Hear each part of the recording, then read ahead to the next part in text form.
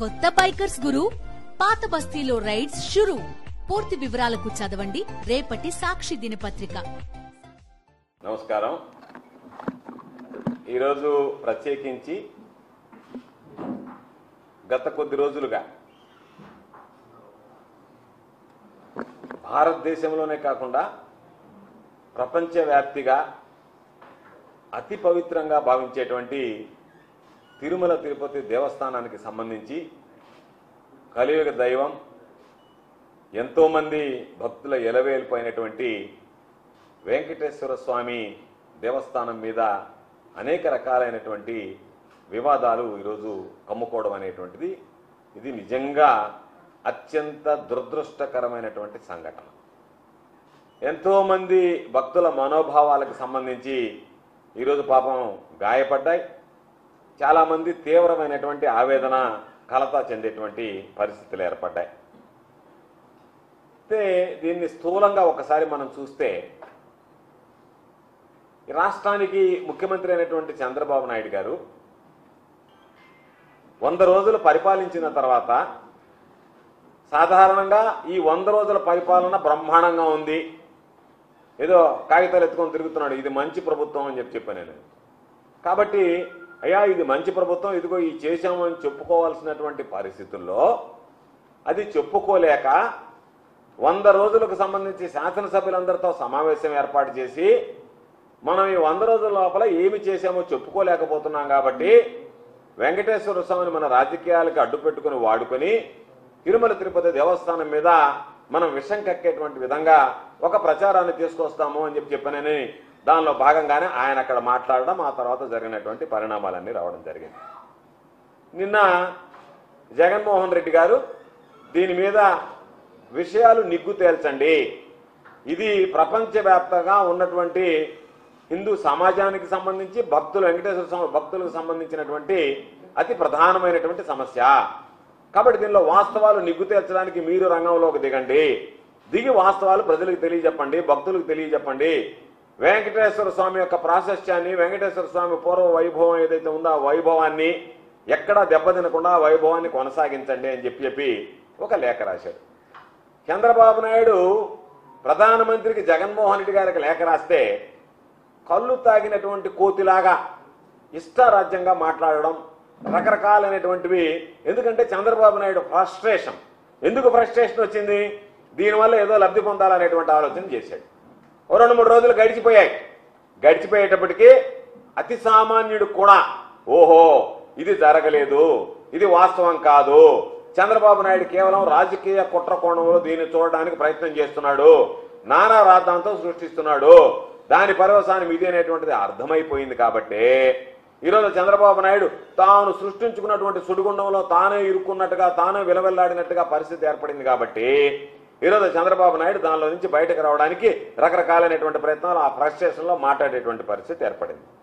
ఈరోజు నేను అడుగుతున్నా, ఇప్పటి వరకు జరిగినటువంటి విషయాల గురించి మాట్లాడితే చంద్రబాబు నాయుడు నెయ్యి వెళ్ళింది అన్నాడు, అపచారం జరిగిపోయింది అన్నాడు, సంప్రోక్షణ చేయించాలన్నాడు, రకరకాలైనటువంటివి దేవుడికి సంబంధించినటువంటి దాంట్లో ఏది చేయించాలన్నా ఒక భక్తుడుగా నేను కూడా వాటిని ఏమి తప్పు పట్టను. కానీ జరగరాంది ఏదో జరిగింది అనేటువంటి ఒక అభూత కల్పన సృష్టించి దాని మీద ఈ కార్యక్రమాలు చేయాలనేటువంటి దుర్మార్గమైనటువంటి ఆలోచన చంద్రబాబు చేయడం అనేటువంటిది సరైనటువంటి పద్ధతి కాదు.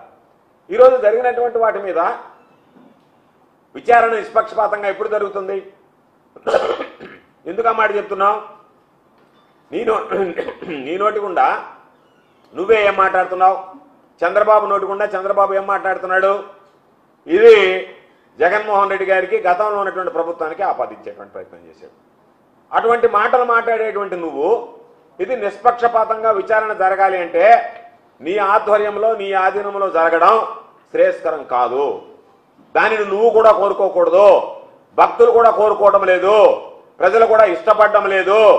ప్రజలందరూ కోరుకునేది నిష్పక్షపాతంగా దీని మీద దర్యాప్తు జరగాలి అంటే ఏదైనా కేంద్ర ప్రభుత్వ ఆధీనంలో ఉండేటువంటి స్వయం ప్రతిపత్తి కలిగినటువంటి సంస్థ ద్వారా, సిబిఐ లాంటిదో అలాంటి దాని ద్వారా, లేదా సుప్రీంకోర్టు జడ్జి ద్వారానో విచారణ జరిపిస్తే అసలు అక్కడ ఏ సిస్టమ్ ఉంది, ఏమి తప్పు జరిగింది అనేటువంటి వాస్తవాలు వెలుగులోకి చూస్తాయి. ఆ విధంగా కాకుండా ఏ విధంగా అయితే తిరుమల తిరుపతి దేవస్థానం ఈవుగా ఉన్నటువంటి శ్యామలరావుని కీలుబొమ్మలాగా నీ చేతిలో పెట్టుకుని వాడిస్తూ రోజుకు ఒక మాట మాట్లాడిస్తున్నావో, ఆయన ఏ విధంగా అయితే చిలక పలుకులు పలుకుతున్నాడో అదే దూరంలో ఒక ఐజీ స్థాయి అధికారిని నీకు అనుకూలమైనటువంటి వాడిని వేసుకొని సిట్ పేరుతో దర్యాప్తు చేసి ఆ దర్యాప్తు ద్వారా నువ్వు లేనిపోయినటువంటి నీ అబద్ధాలు నీ నోటుకుండా వచ్చేటువంటి మాటల్ని అధికారుల నోటుకుండా చెప్పించి నిజం చేయాలనేటువంటి ఒక దుర్మార్గమైనటువంటి ప్రక్రియలో భాగమే ఈరోజు నువ్వు సిట్ వేయడం అని చెప్పి మేము అభిప్రాయపడుతున్నాం. కాబట్టి ఈరోజు ఒక్కసారి చూస్తే మొదట నువ్వు మాట్లాడినప్పుడు ఒక మాట మాట్లాడావు, అనిమల్ ఫ్యాట్ ఉందని చెప్పి మాట్లాడావు. ఈవో గారు ఏం చెప్పాడు, దాంట్లో వెజిటబుల్ ఫ్యాట్ ఉన్నట్టుగా కనుక్కున్నాం, డాల్డా వనస్పతిలో ఉండేటువంటి విధంగా ఉన్నాయి అని చెప్పి మాట్లాడాడు. మరలా నువ్వు ప్రెస్ మీట్ పెట్టించి దానికి సంబంధించి లేదు, దాంట్లో ఎనిమల్ ఫ్యాట్ ఉందని చెప్పి ఒక రిపోర్ట్ చూపించి ఆ రిపోర్ట్ ద్వారా లేనటువంటి అబద్ధాన్ని నిజం చేసేటువంటి ప్రయత్నం చేస్తే, మరలా నువ్వు బలవంతం చేస్తే, ఏ నోటుకుండా అయితే ఈవో అనేటువంటి వ్యక్తి ఈరోజు దాని గురించి మాట్లాడాడు, ఏమని ఇదంతా వెజిటబుల్ ఫ్యాట్ అన్నటువంటి మాట్లాడినటువంటి ఆ వ్యక్తి చేత మరలా ఎనిమల్ ఫ్యాట్ అని చెప్పి మాట్లాడించి, ఈరోజు మా దగ్గర ఆధారాలు అన్నీ ఉన్నాయి, ఎవరెవరు ఎంతెంత సప్లై చేశారనేటువంటి ఆధారాలు ఉన్నాయి, మీడియాకు కావాలంటే ఇస్తాం. 2014 నుంచి 19 మధ్య ఏం జరిగింది, 2019, 24 తర్వాత ఏం జరిగింది, మరలా నువ్వు ముఖ్యమంత్రి అయిన తర్వాత ఎవరెవరు ఎంతెంత నెయ్యి ఏ స్థాయిలో తిరుమల తిరుపతి దేవస్థానానికి పంపించారో ఆ రోజు ఉన్నటువంటి నిబంధనలు ఏ విధంగా ఉన్నాయనేటువంటి దాని మీద కూడా మా దగ్గర మొత్తం ఆధారాలన్నీ ఉన్నాయి. ఆధారాలన్నీ కావాలంటే మీడియాకి ఇస్తాం. పాపం చంద్రబాబు నాయుడు మర్చిపోయినాడేమో అల్జిమర్స్తో, చంద్రబాబు నాయుడు కూడా ఒక కాపీ కావాలంటే పంపిస్తాం. ఎందుకంటే చంద్రబాబు నాయుడికి ఇతర ప్రభుత్వాల మీద ఆరోపణలు తప్ప తన ప్రభుత్వం చేసినటువంటి దోషాలు ఎప్పుడూ కనిపించేటువంటి పరిస్థితి ఉండదు.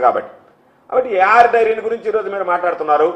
ఏఆర్ డైరీ ఎప్పుడు సరఫరా మొదలుపెట్టింది, జూన్ మొదటి వారంలో మొదలుపెట్టింది.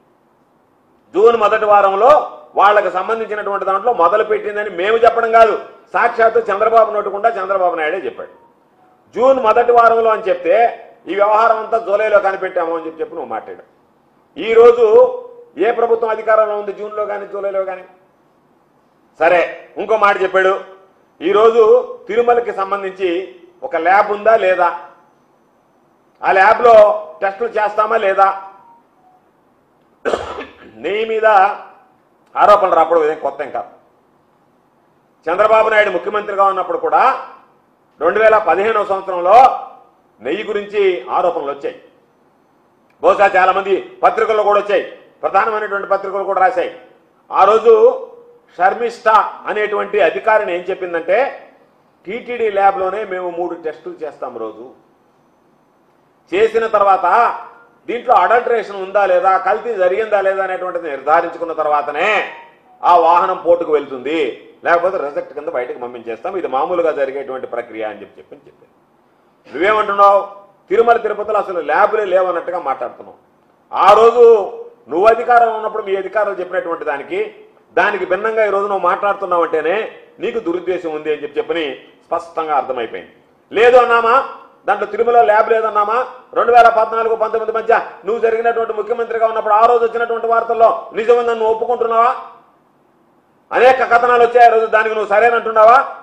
నువ్వు సీఎంగా ఉన్నప్పుడు దాదాపుగా గతంలో ఉన్నటువంటి 14 సంవత్సరాల్లో ఎలాంటి వెయ్యిని వాడారు, ఎట్ట నెయ్యిని వాడారు అనేటువంటి దాని మీద నువ్వు స్పష్టత ఇవ్వగలవా ఈరోజు?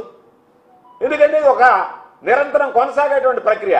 వచ్చేటువంటి ప్రతి వస్తువు ఒక నెయ్యనే కాదు, అనేక రకాలైనటువంటి స్వామివారి కైంకర్యానికి వాడేటువంటివి కానీ, స్వామివారి ప్రసాదాలకు వాడేటువంటివి కానీ, స్వామివారి నివేదనకి సంబంధించినటువంటి వాటిలో వాడేటువంటి అనేక రకాలైనటువంటి ఇంగ్రీడియంట్స్ ఉంటాయి. జీడిపప్పు కావచ్చు, ద్రాక్ష కావచ్చు, అనేక రకాలైనటువంటి పప్పులు కావచ్చు, బియ్యం కావచ్చు, ఇవన్నీ కూడా ప్రతి దాని మీద కూడా ఈరోజు పరీక్షించి లోపలికి పంపించేది. ఏమయ్యా నువ్వు ఉన్నప్పుడు ఇవి జరగలేదా అంటే నమ్మకం మీద జరిగింది అంటారు.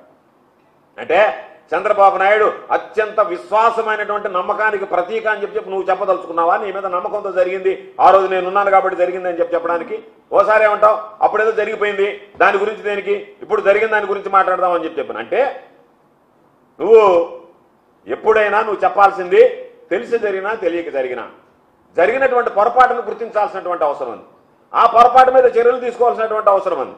ఈరోజు స్పష్టంగా నేను పదే మిమ్మల్ని అడిగేది, భక్తుల మనోభావాన్ని గాయపరిచింది నువ్వు ఈరోజు కల్తీ నెయ్యి అని నువ్వేదైతే ఒక రిపోర్ట్ చూపిస్తున్నావో, ఆ నెయ్యి ద్వారా ఈ ప్రసాదం చేశారు, కాబట్టి ఈ ప్రసాదం భక్తులు స్వీకరించారు, ఇదిగో ఈ ప్రసాదంలో ఈ అవశేషాలు ఉన్నాయి, ఇవి భక్తుల మనోభావాన్ని గాయపరిచాయని చెప్పి రుజువు చేయగలవా?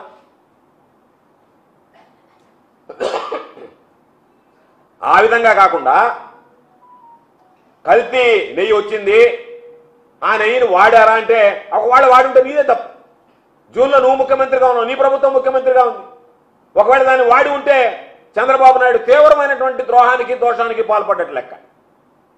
కాబట్టి అసలు ప్రసాదాన్ని గురించి, ప్రసాదంలో ఉన్నటువంటి దాని గురించి మాట్లాడకుండా వచ్చి రిజెక్ట్ అయినటువంటి ట్యాంకర్ గురించి మాట్లాడి దాని ఏదో లేనిపోయినటువంటివన్నీ సృష్టించి నీ మాటల వల్ల ఎంతమంది భక్తుల మనోభావాలు గాయపడుతున్నాయనేటువంటిది దృష్టిలో పెట్టుకోకుండా ఈరోజు ఇష్ట ప్రకారం నేను మాట్లాడతానని చెప్పి మాట్లాడేటువంటి పరిస్థితి. కాబట్టి ఇది జూన్ 5వ తేదీ నుంచి ఏదైతే ఉన్నాయో వాళ్ళు నెయ్యి సప్లై చేస్తే జూలై 7వ తేదీ ఇవన్నీ విషయాలన్నీ బయటకు వచ్చాయని నువ్వు మాట్లాడుతున్నావు. అయితే నీ హయాంలో సంబంధించినటువంటి, నీ హయాంలో జరిగినటువంటి వాటి మీద ఏమాత్రం సిగ్గు ఎగ్గు లేకుండా నిస్సిగ్గుగా ఈ ప్రభుత్వం మీద నువ్వు ఏ విధంగా విమర్శిస్తావు, ఏ విధంగా విమర్శలు గుప్పిస్తావు? ఒకవేళ నిజంగా ఏదైనా జరగరాంది జరిగి ఉంటే ఆ రోజు అవశేషాలు కనుక్కున్న తర్వాత, లేదా నీకు సంబంధించినటువంటి సిబ్బంది ఎవడన్నా సరే పొరపాటు చేసి తప్పులుండే యానిమల్ ఫాట్ ఉండేటువంటి ట్యాంకర్ని లోపలికి వదిలిపెట్టుంటే జూన్ జూలైలో నువ్వు ముఖ్యమంత్రిగా తీరని ద్రోహం చేసినటువంటి లెక్క, భక్తులకి తీరని అన్యాయం జరిగినటువంటి లెక్క, తీవ్రమైనటువంటి దోషానికి నువ్వు పాల్పడ్డట్టు లెక్క. కాబట్టి నీ ప్రభుత్వ హయాంలో వచ్చినటువంటి దాన్ని ఎప్పుడో జూన్లో ప్రారంభమైతే జూలైలో వస్తే దాన్ని సెప్టెంబర్లో నువ్వు మాట్లాడుతున్నావంటేనే దీంట్లో ఒక కుట్రకోణం దాగి ఉందనేటువంటిది స్పష్టంగా ఈరోజు అర్థమయ్యేటువంటి పరిస్థితి ఏర్పడింది.